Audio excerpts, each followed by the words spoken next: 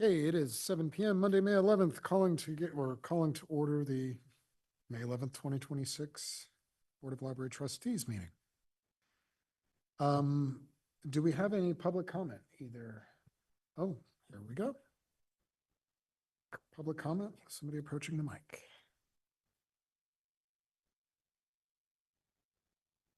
Many years ago, a young chap named Andrew Grimes and I were on the Finance Committee. And I just wanted to come tonight to thank Andrew. I know you're moving away soon. I've seen your for sale sign.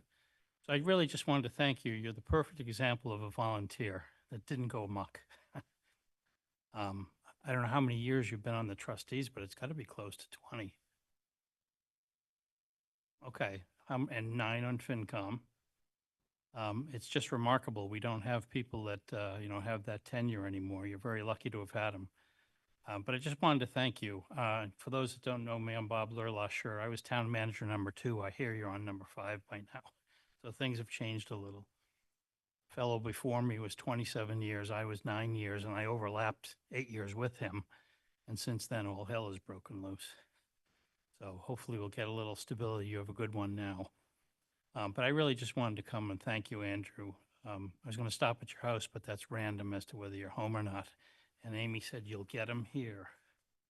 So thank you. Thank you very much, Bob. That was lovely.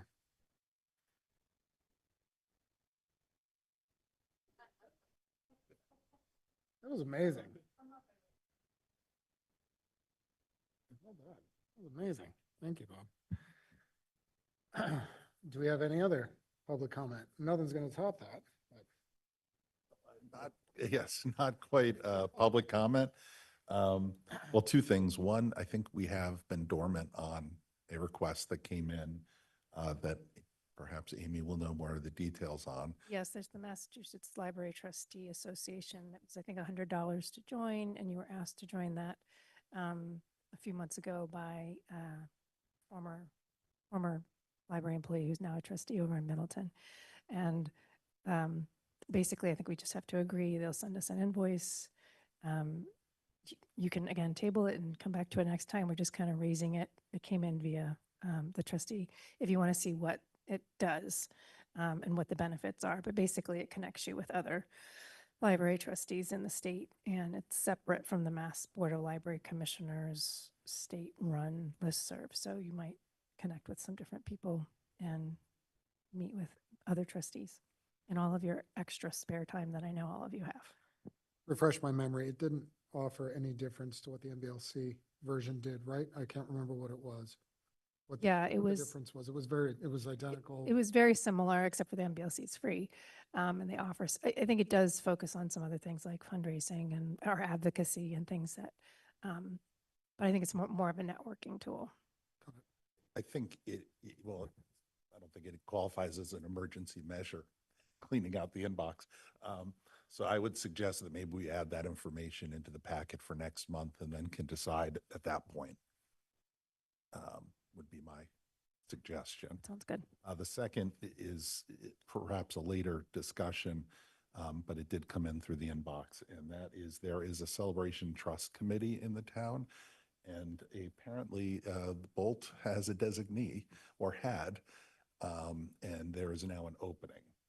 I don't think it's a committee that meets terribly often. I think it was started at the 350 and brought back for the 375, but it's correct. Read about, but we do, the request came in, I want to say Friday, to have a designee put on the board.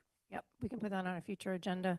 The previous appointee was Phil Rushforth, who has moved on since he left RCTV, so I believe there's an opening now. And I'll get the term information from the town clerk, and then the trick is finding someone who's interested in. So they oversee a trust, and the trust people can apply. The library has applied, the schools have applied, and they generally have to do with somehow maintaining history. So if we said we have these, we want to purchase these books, or we want to repair these items, or we want to have these things scanned in, anything like that. If it preserves the history of Reading, you can get a small grant. In the meantime, they also do fundraising for big things like the 375th and the 350th. So it's nice to have a voice at that table. It's mostly cultural institutions. Sometimes you get a scout who's working on a project, that kind of thing, but it's meant to help preserve local history. So I'll respond to Kurt Habel's the one who reached out, who's on the committee, and just tell him that we'll be addressing it in a month. And if there's some issue with that delay, to let me know. Okay. Thank you very much. Yeah. Next item on the agenda, oop, by the way, that was it for public comment, correct? We don't have anybody online? I'm not stepping on anybody's toes. Good. Next item on the agenda was the discussion and vote of the history room use policy. Do we have any questions or items for discussion? And if not, could we have a motion? I'll just add, if you want to look, oh, there we go. Hopefully it's catching up. I believe it was Mona who had talked about the conditions for accessing the materials to make sure it was clear that you don't have to make an appointment. So now it says, I also changed a lot of patrons to visitors because they are often visitors. They're not particularly, usual library patrons, but to access the history room, visitors must present a Noble Library card or a valid state or federal ID, which is normal. Visitors are advised to make an appointment if they require research assistance, meaning this is to say you can get in there, you just have to show us who you are. If you need any help, with the actual research, you should make an appointment. That's much more helpful. So that's how we where everything else is pretty much the same.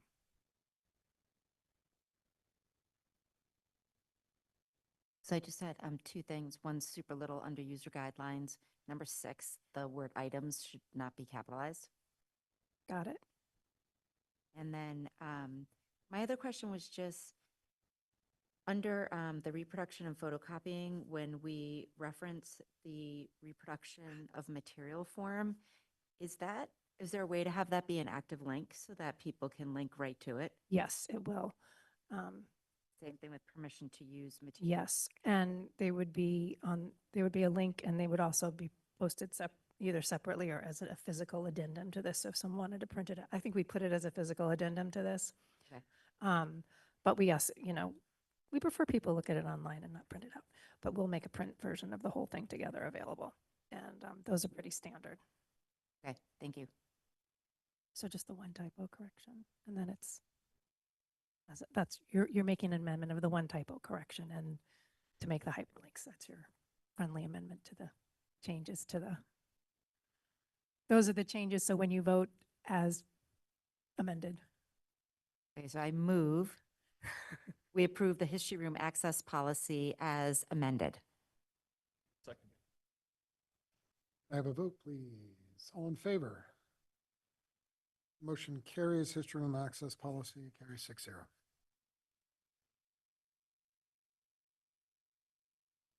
Next is the Amy Financial Director's Report. I know, it really is going to be a short meeting. Michelle is sorry she couldn't be here today.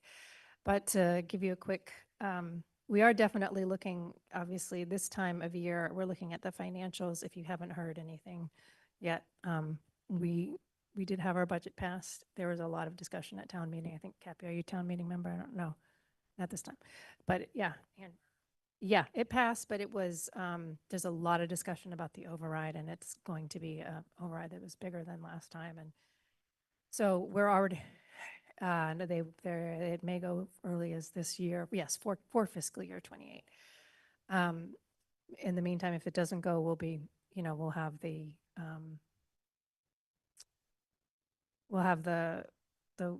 ideal budget, which will require lots and lots and lots of use of free cash. Then we'll have, and hopefully the town will approve an override. But we will also at the same time have to have a very cut budget. If that override doesn't come through, what is the minimum that we can do to remain certified and remain open? And it's will not just be the library. Every single department will have to have cuts. There's no way you can offer even a level. You cannot offer a level services budget. It will because those services, the increase in costs in those services are more than we can afford. So it might be level funded, but that means there will be a cut in services. So it's a lot to kind of wrap your head around, but they're starting the discussions now. But it was a nice budget. But I don't think I had it on here. This particular budget used, I think, 6.7 or $6.6 million of free cash, and it basically cut our free cash holdings in half. So your rainy day fund, we've now rated the children's college fund to pay our mortgage, basically. And there's someone out there watching this who's like Joe, who's going to be like, no, that's a wrong analogy. But that's what it is. Amy, it's Joe. Sorry, one quick thing on that. There is a Yes, financial please forum. jump in. Yeah, no. I won't. You're doing a great job. But there is a financial forum next Wednesday, a week from this Wednesday, for anyone that's interested.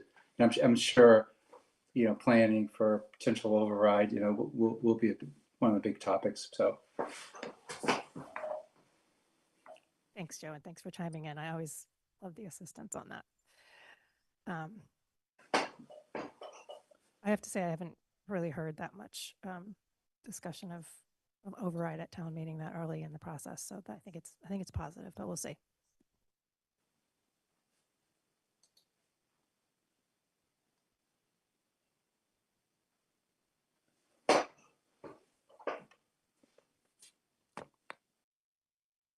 Okay. And in general, we're running a little bit below. Our expenses will be on target.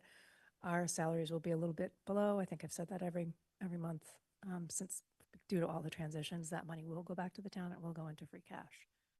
So, but knock on wood, right now we're fully staffed. So we're very excited. Any questions about the financial picture? Okay. I'll skip over the statistics, but they are what they are. Other than to say, if you ever want to see other statistics, I do try to present some of these in like an annual meeting, like a meeting room update for the year, or museum pass, or, I mean, Olivia's always giving you program information, but if there's anything you ever want a deeper dive into, we're always welcome. You're always welcome to reach out and ask me for that, and I can add that to that month's report. I just had a quick question about circulation, because I noticed April, year over year, it was down by a couple thousand, and I didn't understand why, or 800, it's not really. 800. You're talking about overdrive or regular? Their circulation. Yeah. I don't know what that is. It could be just that it was a nicer weather April vacation, so fewer people came in. Yeah. Yeah, April's always a crapshoot because of sometimes everybody travels, I think, and there's, college visits and whatnot, but it was definitely a quieter, visitors were down a little bit, but we continue to see the increase in the digital. That's something we're actually really discussing right now. We have several online resources like Hoopla and Canopy that are pay as you go, and they can get quite expensive. Do you like Hoopla and Canopy? Good. But Hoopla is getting quite pricey. They've been increasing their prices. So we're trying to figure out a lot of metrics: cost per circulation, cost per user. If you can have 100 users checking out 3 things, is that better than having 30 users check out 10 things? Or whatever the math is on that. What's the best bang for the buck? What's efficient, yet also gets people what they need.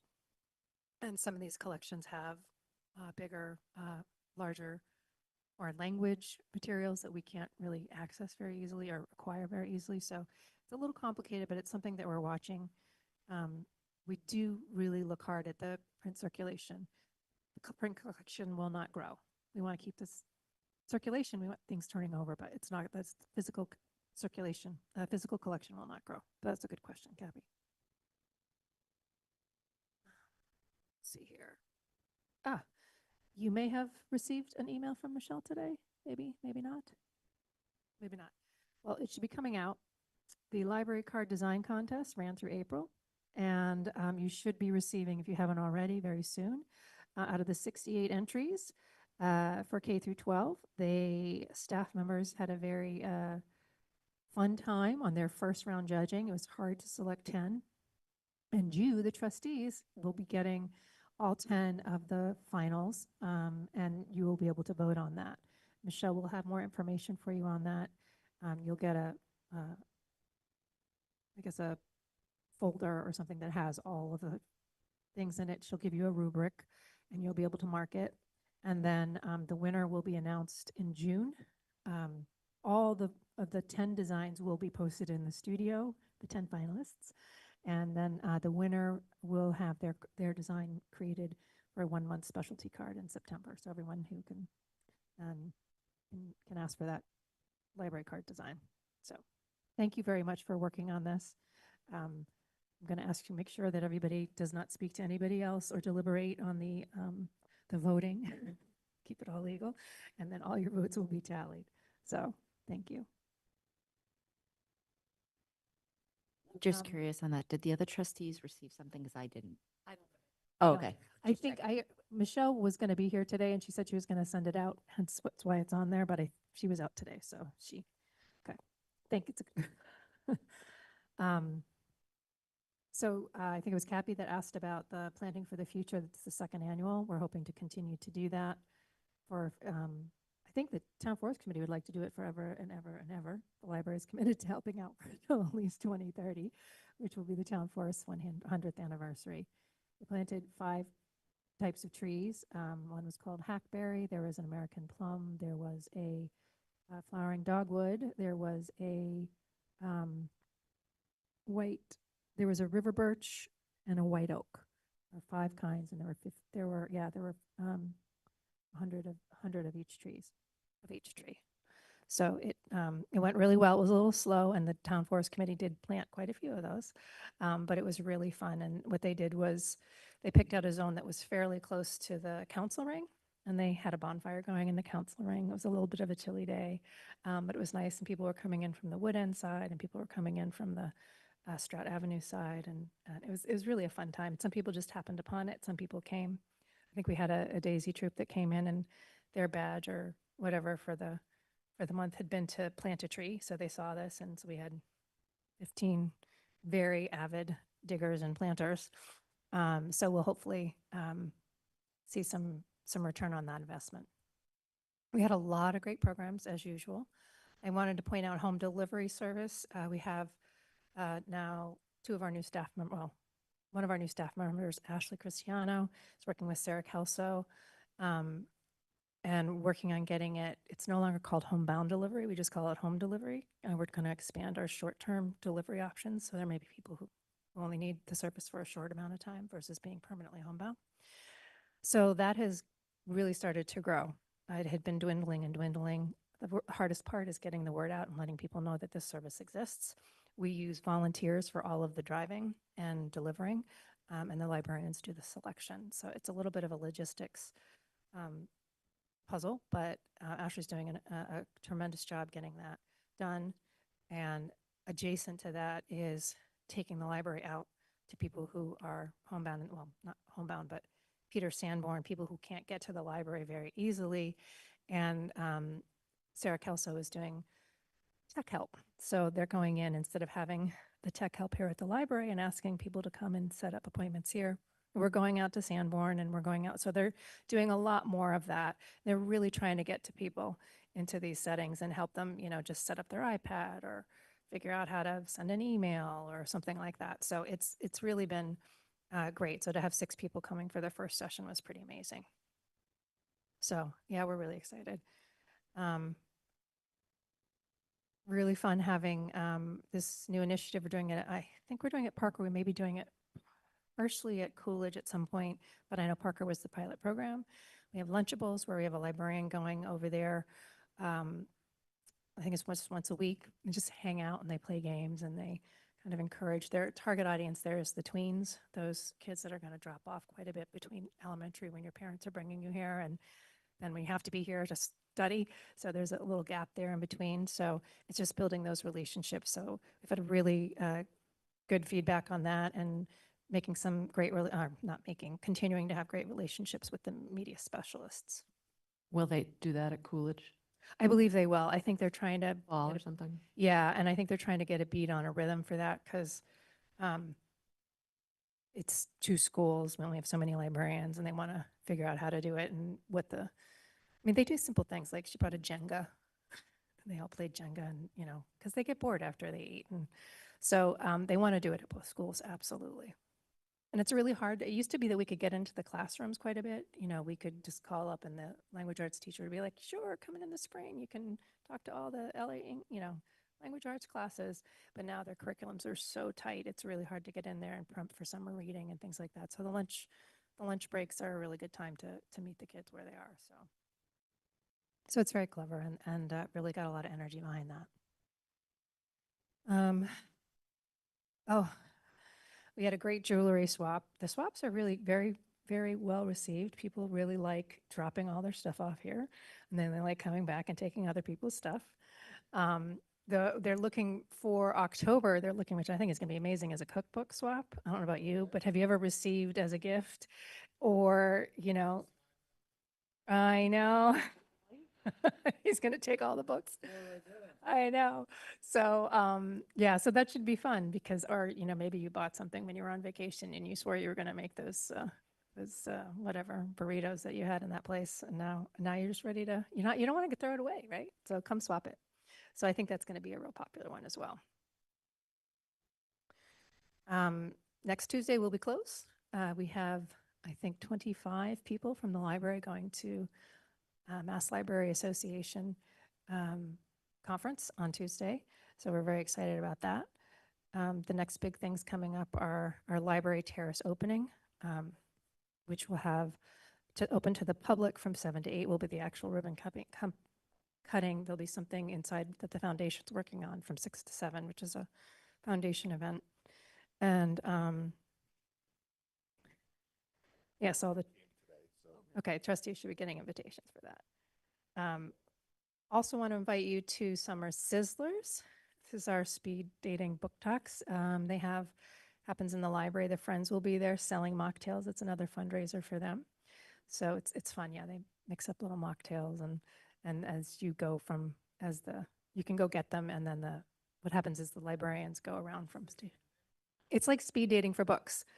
For books. It's not actual dating, yes. Yes, well, yes, except for the actual date part. But basically, you sit at a table and then the librarians come around and they show you, here are the best 7 books or however many books that you should read this summer.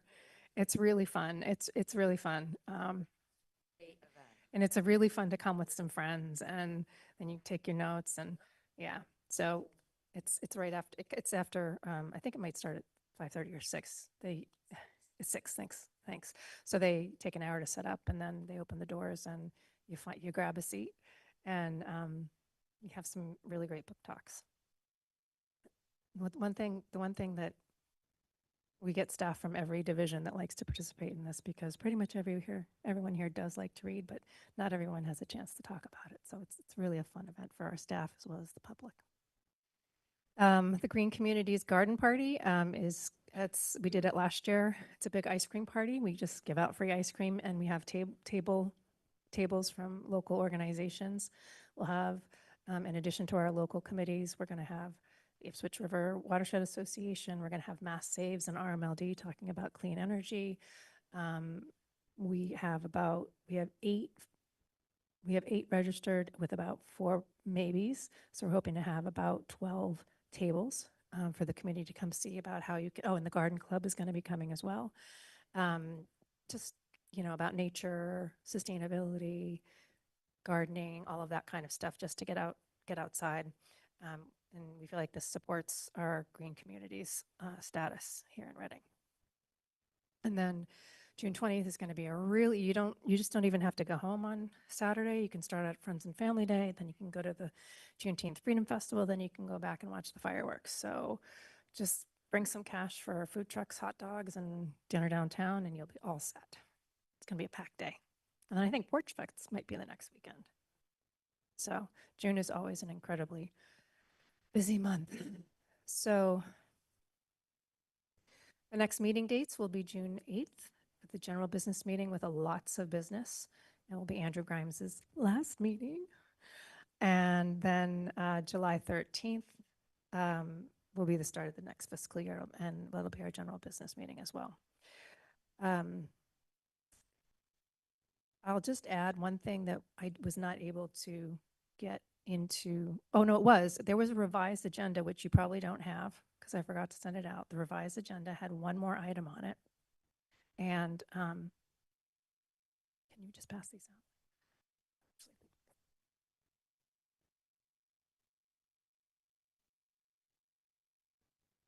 I did file this Friday and then forgot to send it to all of you, but it's a very short item. It actually has to do with Andrew's departure. This was to review what happens when there's a vacancy on the board. I was going to say it doesn't happen very often, but it did happen in 2011, 2013, and 2018, so it happens. There's a Board of Library Trustees bylaw as well as a Mass General law that oversees how this happens. The way that it runs here is the vacancy is filled by a majority joint vote of the Select Board and the Board of Library Trustees. Once appointed, the appointed trustee will serve from the appointment, which I put down August 1st just as a temporary placeholder, assuming that we'll do this in July, through the end of, through the local election, which will be April 6th, 2027. Andrew was very gracious and picked a time to go. It was at the end of his term, so it's a very short appointment. And then at that point, whoever the appointee is has the opportunity to run for a full 3-year term as normal. So there's no like 1 or 2 year term election. It's just a full 3-year term. So there's a little information for those who don't know about the board, about the library, different places that you can learn about what a trustee does, both the Reading trustee bylaws, the Mass Board of Library Commissioners Pocket Guide, which is really awesome, and some information from the American Library Association, which is helpful when you're thinking about those things that are happening at the national level, because maybe you went to go see the librarians. So it is good to know. I have sent this off to both the town manager and to the town clerk. There's tentatively, it would be really nice to, the select board does not meet any more frequently than the trustees do during the summer. There's like 1 meeting in July and 1 meeting in August. So we're hoping, if all things go well, that we could post the vacancy within a week after the June meeting, have a fairly reasonable deadline of early July for having all the letters of interest be submitted to the town clerk, which gives us time to give everybody a packet to review the letters of interest and then meet on Tuesday, July 14th for the interviews. Now, the proposal right now is to be at the very beginning of the select board meeting. If the select board meeting is super, super packed, we could back that up a day and we could have a joint meeting at the beginning of this July 13th trustee meeting. So those dates are probably the most likely and reasonable. There is something that says we do need to have the appointment within 60 days, which is why we're delaying making the appointment until after Andrew's last meeting. That way we get a little edge on that 60 days. We can apply for an extension if it's needed, if there's extenuating circumstances, like there's just no way we can pull together a joint meeting, but I think we should be able to do that. So I'd like to get it done before 60-day termination deadline is done. And then the expected start date would be August 1st. Or it could be actually appointed that evening. We do include language that says if we can't come to an agreement at the July meeting, then we just have to keep continuing the process. So if it'll be 5 and 5 and or quorum and quorum. So that's basically what you need, because there may be vacations, but with the glory of Zoom, who knows, maybe we can make it work. And I think it could be an all Zoom meeting if need be, but I think the select board would be meeting. So, so that was the last thing. And I just wanted to give you opportunity to discuss and share your thoughts. If there's anything else you want me to get back to the town clerk or to the town manager, who's our liaison to the select board, I'm happy to share that. But at this point, that's the plan.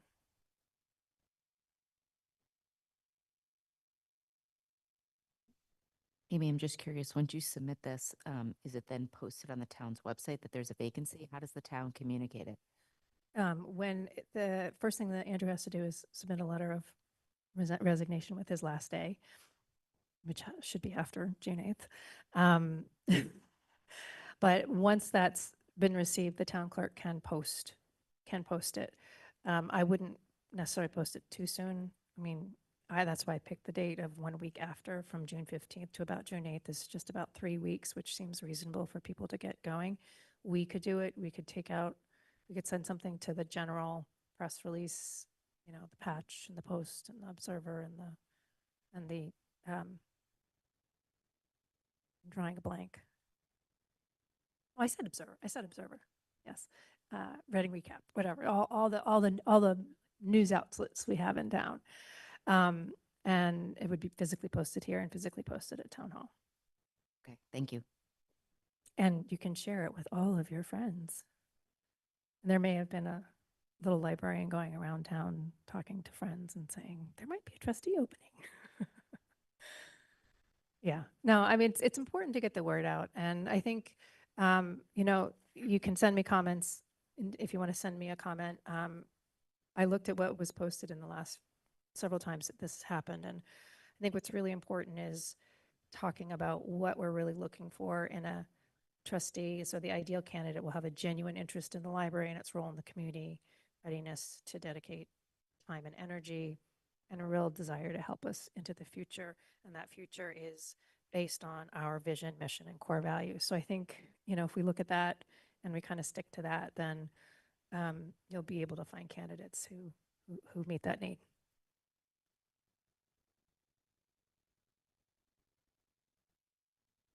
Excellent. Thank you. That was the end of the director's report out of that, right? So we're on to the approval of the meeting minutes? Yes. Next item on the agenda is the approval of the April 13th meeting minutes. Do I have any comments, questions, discussion? If not, can I please get a motion? Motion to approve the April 13th meeting minutes as contained in the packet. I second that motion. Can I get a vote, please? Show of hands. Approval of meeting minutes from April carries 6-0. Next item on the agenda is the future agenda items. We have June, July, and August, which are in front of you. June summer programming update. We have our officers election, setting the trustee meeting dates, and the holiday schedule. Plus what we're going to add for the We'll add trust. the MLT, Mass Library Trustees, and you can pick a time when you want to add, maybe July or August, when you want to add the Celebration Trust appointment. Probably July. Review tutoring policy in July, teacher loan policy, rent copy scan fast update, the celebration committee. And then we also have August, which we will see next. Do we have any more points for discussion, questions? No, I'm just want to explain the discussion of the decertified libraries in August. Oh, I missed that. Yeah, so that will be, there are a number of libraries that will be asking for requesting waivers because they're unable to meet their certification requirements. And it's not just local. I think Stoneham will actually be okay. Marblehead is probably maybe one of them, depending on the outcome of their vote, override vote in June. But based on discussions we've been having in the directors from Noble, this is something to have on our agenda. Number one, to review the entire thing. I have asked staff to go back because we do want to, there are some changes we may want to consider making, which our policy does not include anything about programs or anything like that. The other thing is that even if you don't have any changes, they are recommending that the boards take a vote to reaffirm their stance on this. It's not just libraries that are in our consortium. So if Burlington loses, and they're not going to, there's nothing wrong with Burlington, I just picked them because they're close by. And we get users from Burlington. If another library in another consortium comes in, they get flagged, their cards where they're from gets flagged. And if we're denying service, we're denying service to them. So it's not just Noble Libraries. There may be other regional libraries that are close to us, or, and we're on the highway, so people who work and who live in other towns but work here often use the library. So the MBLC is concerned and wants to make sure that the boards are taking this seriously, not taking it seriously, but are, being very confident in their decision. So we'll discuss it in August. If we have any changes, we'll look at doing a review in September and then maybe voting on it on October. And there's a whole timeline I will give you in August when this is on the agenda. There's a whole timeline I can give you. What are waivers, out of curiosity? So a waiver means you keep your certification, but and so that's not a problem, but it's usually only for 1 year. And so it extends, and it gives the town or the city like 1 year to kind of get their act together and bring everything back up to certification standards. So Thank you.